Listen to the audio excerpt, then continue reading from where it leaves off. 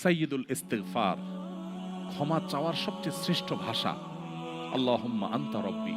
কত মধুময়, কত অর্থবহ, কত ঈমান জাগানিয়া, কত আপনার ঈমানি স্বাদ জাগ্রত করার মতো একটা দোয়া। আল্লাহুম্মা আনতা রব্বি, আল্লাহ আপনি আমার রব, আপনি আমার পালনকর্তা। আল্লাহুম্মা আনতা রব্বি লা ইলাহা ইল্লা আনতা, আপনি ছাড়া সত্যিকারের কোনো মাবুদ নেই। ওয়া আনা আবদুক ওয়া আনা আলা আহদিকা ওয়া ওয়া'দিকা মাস্তাতা'তু, আমি আপনার গোলাম, আপনার সঙ্গে আমার ওয়াদা রক্ষা করার আমি চেষ্টা করি, মাস্তাতা'তু, যতটুকু সম্ভব হয়।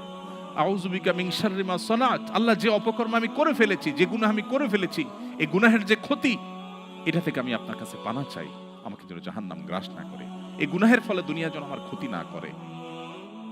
আউযু বিকা মিন শাররি মা সানাত আবুউ লাকা বিনি'মাতিকা আলাই, আল্লাহ আপনি কত নেয়ামত দিয়েছেন আমাকে, কত মানুষ কত কষ্টে আছে, আমাকে কত সুন্দর লাইফ আপনি দিয়েছেন। ওয়া আবুউ লাকা বিযামবি, এত ভালো লাইফ দেওয়ার পরও আমি আপনার নাফরমানি করেছি, সেটাও আমি স্বীকার করি।